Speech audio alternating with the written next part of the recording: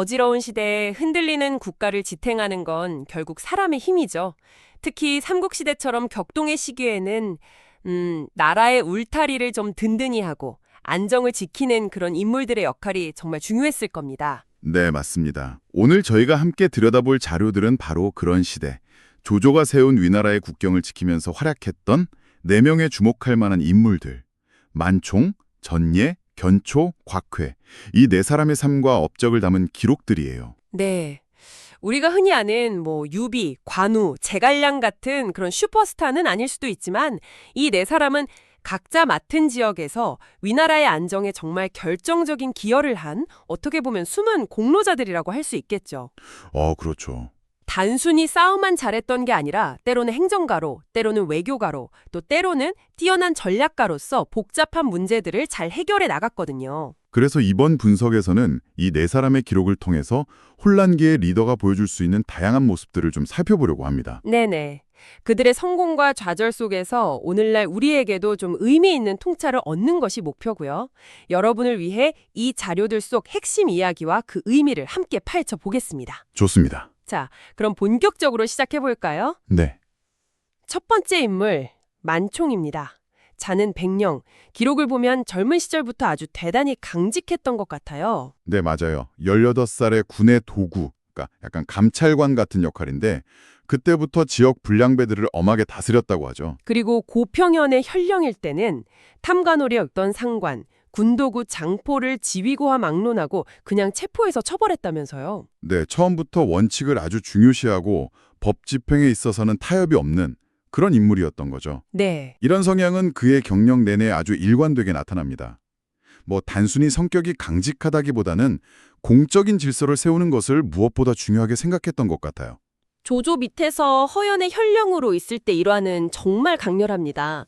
그 조조의 친척이자 권세가였던 조홍의 빈객이 법을 어기니까 바로 체포했는데 네, 조홍이 좀 봐달라고 부탁했는데도 불구하고 조조가 직접 나서기 전에 그냥 그 빈객을 처형해버렸다는 거예요. 이야, 정말 대담한 결정이죠. 근데 놀랍게도 조조가 이걸 보고 일을 하려면 이래야지 하면서 오히려 기뻐했다고 하네요. 최고 권력자의 친인척을 건드렸는데 처벌은커녕 칭찬을 받았다는 점에서 당시 조조가 어떤 기준으로 인재를 평가했는지 그리고 만총이 조조의 그런 우의중을 어느 정도 읽고 행동했는지도 좀 엿볼 수 있는 대목이죠. 그렇죠. 원칙을 지키는 강직함이 때로는 가장 효과적인 정치적 행보가 될 수도 있다. 이런 걸 보여주는 사례 같아요. 또 다른 사건은 전 퇴위, 그러니까 아주 높은 벼슬을 지낸 양표를 체포했을 때 이야기인데요. 아, 양표 사건? 네. 당대의 명사였던 순욱이랑 공용이 나서서 고문만은 좀 하지 말아달라고 간청했는데도 만총은 그냥 법대로 처리합니다. 네, 아주 단호했죠. 그런데 막상 고문 후에 뚜렷한 죄가 드러나지 않으니까 이번에는 만총이 직접 조조에게 양표의 명망을 생각해서 사면해 주어요. 민심을 잃지 않는다고 건의를 해요. 바로 그 부분입니다. 결국 양표는 풀려났고 처음엔 만총에게 좀 불쾌감을 느꼈던 순욱과 공용도 그를 다시 보게 되었다고 하죠. 이 부분이 만총의 복합적인 면모를 아주 잘 보여주는 것 같아요. 송주의 평가처럼 가혹하다는 비판도 받을 수 있겠지만 법 집행의 엄격함 뒤에는 현실적인 정치 감각하고 상황 판단 능력이 있었던 거죠. 네네. 원칙을 지키되 그 결과가 가져올 파장까지 고려해서 최종적인 조치를 건의하는 모습. 여러분이라면 이런 상황에서 엄격한 법 집행과 정치적 현술 사이에서 어떤 선택을 하셨을 것 같나요? 이게 참 시대를 넘어선 딜레마인 것 같습니다. 군사적인 면에서도 만총은 정말 대단했습니다. 특히 관우가 번성을 포위했을 때 조인을 도와서 성을 지킨 이야기는 정말 결정적이었죠. 아, 번성 전투. 그쵸. 홍수로 성벽까지 무너질 위기에 처하니까 모두 달아나려고 했는데 만총은 산에서 내려온 물은 금방 빠진다. 여기서 물러나면 허청 이남을 다 잃는다. 이렇게 버틸 것을 강력히 주장했어요. 네, 그 판단이 중요했죠. 심지어 자신의 백마를 물에 잠기게 하면서까지 죽기를 각오하는 모습까지 보였다고 하니까 그 결의가 정말 대단했던 거죠. 맞습니다.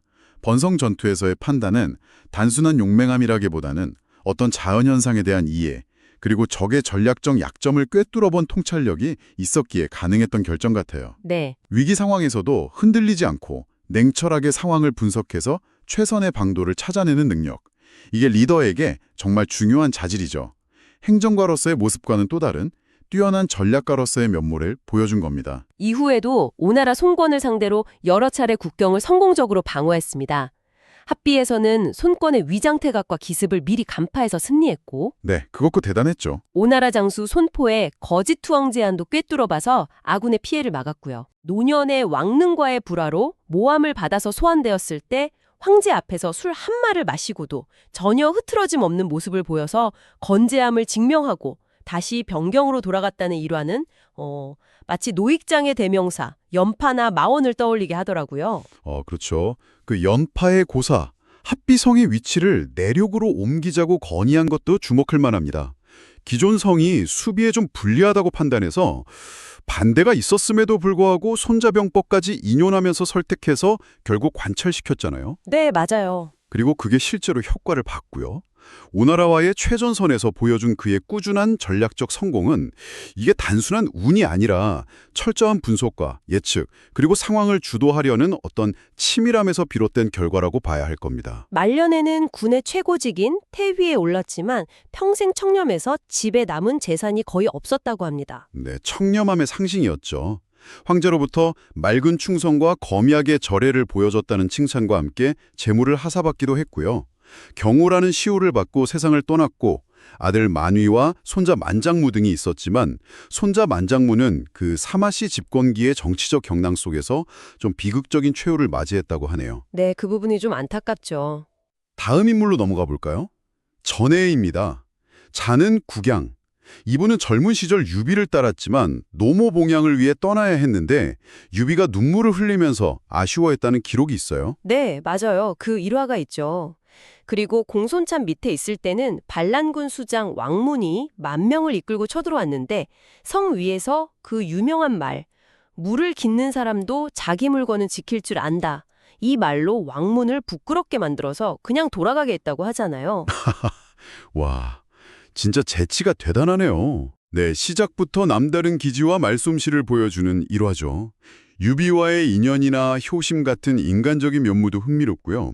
만총이 법과 원칙의 힘을 보여줬다면 전예는 말과 지혜의 힘으로 위기를 넘기는 모습을 보여주는 것 같아요. 공손참 멸망 후에는 선후보라는 인물을 설득해서 조조에게 귀순하도록 조언하는데 이게 그의 경력이 아주 중요한 전환점이 됩니다. 네, 그렇죠. 조조 밑에서 여러 관직을 거쳤고 조창을 도와서 북방을 정벌할 때는 수레를 원형으로 배치하는 전술, 이른바 거원진이라고 하죠. 이걸로 유목민 기병을 효과적으로 막아냈다고 해요. 네, 그 전술이 유명하죠. 남양태수 시절 일화도 아주 인상 깊습니다.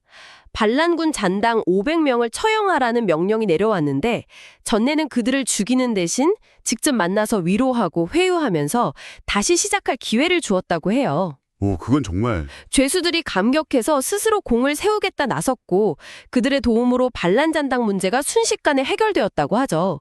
조조도 이걸 칭찬했다고 하고요. 여기서 만총과의 리더십 스타일이 아주 명확히 드러나는 것 같아요.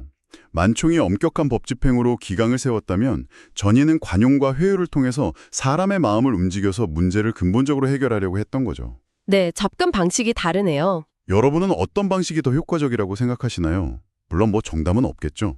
상황에 따라 필요한 리더십은 다를 테니까요. 그의 경력 하이라이트는 아무래도 북방 이민족들을 다룬 호 오환규의 시절인 것 같습니다. 이게 북방 유목민족인 오한족 관련 업무를 총괄하는 직책이었죠. 네, 맞습니다. 당시 분열되어 있던 선비족 부족들을 상대로 EJ, 즉 오랑캐로 오랑캐를 제압한다는 전략을 아주 잘 구사했습니다. 예를 들면 어떤 게 있었죠? 예를 들어 한 부족이 약속을 어기니까 다른 부족이 공격해왔는데 전예는 소리를 돕는 척하면서 깊숙이 들어가서 비능을 격파해버렸죠. 와, 그리고 퇴로가 막혔을 때는 쇠똥을 태워서 연기를 피우는 기만술로 탈출하고 추격해온 적을 기습으로 대파하는 등 군사적 지략도 아주 뛰어났습니다. 오한족 왕골진이 좀 불손하게 구니까 소수의 기병만 이끌고 가서 연회 자리에서 그냥 암살해버리는 과감함도 보였고요. 정말 다재다능하네요. 네, 9년간 이민족들의 통합을 막고 분열을 조장하면서 북방 변경을 안정시켰습니다. 그런데 이렇게 공이 큰데도 유주자사 왕웅측의 모함, 그러니까 일종의 정치적인 견제 때문에 다른 지역 연암태수로 옮겨가게 된다는 거죠? 네, 그게 참 안타까운 부분이죠. 능력이 뛰어나도 정치적인 역학관계 속에서 어려움을 겪는 모습입니다. 그럼에도 불구하고 그의 지략은 계속 빛을 발하는데요. 요동의 공소년이 오나라와 손을 잡자 오나라 군대가 돌아갈 해로를 정확히 예측해서 성산이라는 곳 해안에 매복했어요. 네, 그 예측? 동료들은 빈 해안에서 뭘 기다리냐고 비웃었다는데 때마침 폭풍이 불어서 난파된 오나라 병사들을 아주 손쉽게 사로잡았죠. 정말 예측 능력이 대단하네요. 지리나 기후, 적의 움직임까지 종합적으로 판단하는 능력이 뛰어났던 것 같습니다. 그런데 이번에도 다른 관리, 청주자사 정의의 모함 때문에 공을 제대로 인정받지 못합니다. 참, 공을 세울 때마다 모함을 받는 걸 보면 그의 청렴함이나 강직함이 주변과의 관계에서 마찰을 일으켰을 수도 있겠다는 생각도 좀 들고요. 아니면 단순히 시기심의 대상이 되었을 수도 있겠죠. 송건이 신성을 공격했을 때도 만총과 비슷하게 당장 싸우기보다는 적이 지칠 때까지 기다렸다가 공격하자고 조언해서 결국 오나라 군대를 물러나게 했고 네, 신중한 판단이었죠. 야밤에 적이 다시 왔다는 헛소문이 돌았을 때도 섣불리 움직이는 자는 베겠다 이렇게 외치면서 병사들을 진정시키는 침착함도 보였습니다. 말년에는 다시 북방 관련 직책, 호육노중랑장이나 병주자사 같은 걸 맡아서 안정적으로 다스렸고요. 중앙의 높은 자리, 위위, 그러니까 장관급이죠.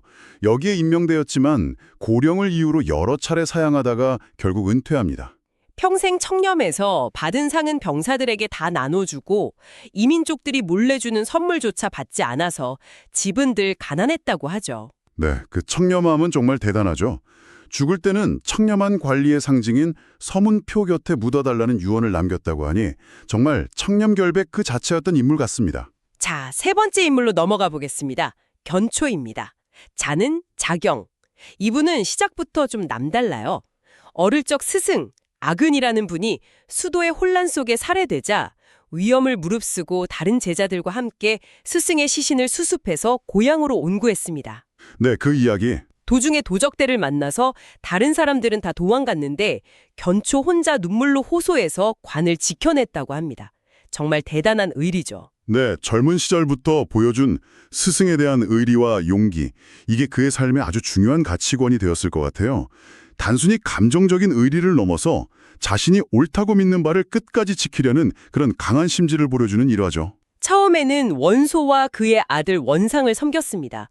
원소가 금지령을 어긴 자신의 칩근을 견초가 먼저 처형하고 보고했는데 오히려 그 강직함을 높이 사서 죄를 묻지 않았다는 이야기도 있고요. 네, 그런 일화도 있죠. 원상이 조조에게 패한 후에는 병주자사 고간에게 원상을 받아들여서 힘을 합치자고 건의했지만 거절당하고 오히려 해를 입을 뻔하자 결국 조조에게 귀순합니다. 고간에게 했던 건의는 비록 실현되지는 못했지만 당시 상황을 읽고 원시 세력의 재기를 좀 모색하려고 했던 그런 전략적인 시각도 보여줍니다. 단순히 충성심만 강한 게 아니라 나름의 정세 판단 능력이 있었던 거죠. 조조 밑에서 그의 진가는 특히 북방 이민족을 상대할 때 드러나는데요. 유성지역 오한족 추장 초왕에게 사신으로 갔을 때 일화가 아주 재미있습니다. 아, 그 초왕 이야기. 네. 초왕이 원소, 조조, 요동의 공손강 이 세 세력 사이에서 약간 줄타기를 하고 있었는데 견초는 조조의 정통성을 강조하면서 유동에서 온 사신 한충을 막 꾸짖고 심지어 배려고까지 했다는 거예요. 정말 대단한 배짱이죠. 초왕이 깜짝 놀래서 말렸지만 견초의 이런 당당하고 어떻게 보면 좀 위협적인 태도에 결국 초왕은 조조 편을 들기로 결정했다고 합니다. 외교 무대에서 보여준 대단한 기세입니다. 단순히 논리적인 설득을 넘어서 강한 기백으로 상대를 압도해서 원하는 결과를 얻어내는 방식이죠. 때로는 이런 과감함이 복잡한 외교 관계를 푸는 열쇠가 되기도 하거든요. 이후 오한 토벌에 참여했고 호 오한 교의로 임명됩니다. 이건 앞서 전예가 맡았던 직책하고 좀 유사하게 북방민족 관련 업무를 총괄하는 자리죠. 네, 맞습니다. 옛 주군인 원상의 목이 효수되었을 때 제사를 지내면서 슬퍼했는데 조조는 이걸 또 의롭게 여겨서 임재로 추천했다고 합니다. 옛정을 지키는 모습마저 높이 산 거죠. 네, 조조의 그런 면모도 흥미롭죠. 이후 조비가 즉위하자 사지절 호선비 교회가 돼서 창평에 주둔하면서 흩어져 살거나 선비족에게 도망갔던 병경 백성들을 다시 불러 모으고 안정시켰습니다. 선비족의 유력자들, 소리나 미가 같은 10여만 부락을 회유해서 귀순시키는 그런 외교적 성과도 거뒀고요. 군마를 얻고 척후 활동을 강화해서 침입을 미리 막았어요. 네, 군사적인 대비도 철저했죠. 또 선비족 내부의 갈등을 이용해서 가장 위협적인 세력, 가비능을 견제하고 성곽을 수리하고 방어시설을 구축했죠. 여기서 그치지 않고 변경지역 인재를 뽑아서 중앙 태학에서 공부하게 하고 물이 부족한 지역의 수로를 파서 민생 문제까지 해결했습니다. 정말 종합적인 지역 경영 능력을 보여주네요. 군사, 외교, 내치, 심지어 교육과 인프라까지. 단순히 국경을 지키는 장수를 넘어서 지역사회 전체를 책임지고 발전시키려고 했던 그런 총체적인 접근 방식입니다. 오늘날의 지역 리더들에게도 시사하는 바가 많은 모습이에요. 앞서 이야기했던 전예가 선비족 가비능에게 포위되었을 때 일화도 있습니다. 관청에서는 규정만 따지면서 반대했지만 견초는 동료 장수가 포위되는데 규정에 얽매일 수 없다면서 즉시 구원하러 나섰어요. 네, 그 의리. 동시에 가비능에게 네 후방을 치겠다는 경문을 보내서 심리적으로 압박해서 결국 포위를 풀게 만들었죠. 동료에 대한 의리도 그렇고 뛰어난 심리전 능력도 돋보입니다. 그리고 정말 놀라운 건 총나라의 제가량과 북방의 가비능이 서로 연계할 가능성을 미리 예측하고 대비해야 한다고 주장했다는 점입니다. 아, 그 부분 정말 대단하죠. 당시에는 너무 멀리 떨어진 세력이라 다들 믿지 않았지만 나중에 실제로 제가량이 가비능에게 사신을 보냈다고 하죠. 견초는 장기적인 안목으로 군량을 비축하고 군대를 훈련시켜서 가비능을 완전히 토벌할 계획까지 세웠지만 안타깝게도 실행 직전에 병으로 세상을 떠났다고 합니다. 정말 아쉽네요. 그 계획이 실행되었다면 역사가 어떻게 바뀌었을지. 였다면 북방의 정세는 물론이고 어쩌면 삼국시대 전체의 판도에도 영향을 미쳤을지 몰라요. 12년간 병경을 지키면서 그의 위엄이 멀리까지 떨쳤고 전유의 버금가는 병경 통치를 했다는 평가를 받았으니 그가 더 오래 살았다면 어땠을까 하는 아쉬움이 크게 남습니다. 자, 이제 마지막 인물입니다. 곽회, 자는 백제. 조비가 태자 시절에 발탁했고 조조의 한중 정벌 때 하후연의 부관, 즉 사마로 참전합니다. 네, 곽회, 서방의 명장이죠. 그런데 한중 전투에서 총사령관 하후연이 전사하면서 군대가 완전히 혼란에 빠지잖아요. 네, 정말 큰 위기였죠. 이때 곽회는 병 때문에 전투에 직접 참여하지 못했는데도 불구하고 흩어진 병사들을 수습하고 장압을 임시지휘관으로 추대해서 군의 붕괴를 막았어요. 네, 그 공이 컸죠. 유비가 강을 건너서 공격하려고 하자 다른 장수들은 강을 끼고 방어하자고 했는데 곽회는 오히려 강에서 멀리 떨어져 진을 쳐서 적을 유인한 뒤에 역습하자고 주장했습니다. 이 계책 덕분에 유비가 섣불리 공격하지 못했고 조조도 이 소식을 듣고 크게 칭찬하면서 장압을 정식 주의관으로 임명하고 곽회를 다시 그의 부관으로 삼았다고 합니다. 정말 대단한 위기 관리 능력과 전술적인 발상이죠. 총사령관이 전사한 최악의 상황에서 군대를 재정비하고 심지어 적의 공격 의지까지 꺾어버린 겁니다. 패배 직후의 혼란 속에서도 냉철함을 잃지 않고 오히려 역발상으로 상황을 타개하는 모습이 아주 인상적입니다. 조비가 황제가 된 후에 축화연의 병 때문에 늦게 도착했을 때 일화도 재미있습니다. 조비가 옛날 우임금이 회의에 늦은 방풍씨를 처형했던 고사를 들면서 질책을 하니까 네네. 곽회는 지금은 요순시대 같은 태평성대이니 방풍씨 같은 처벌은 면할 줄 알았습니다. 이렇게 재치 있게 받아넘겨서 위기를 모면하고 오히려 옹주자사, 그러니까 지금의 섬서성 일대 책임자로 발탁됩니다. 와, 정말 센스가 넘치네요.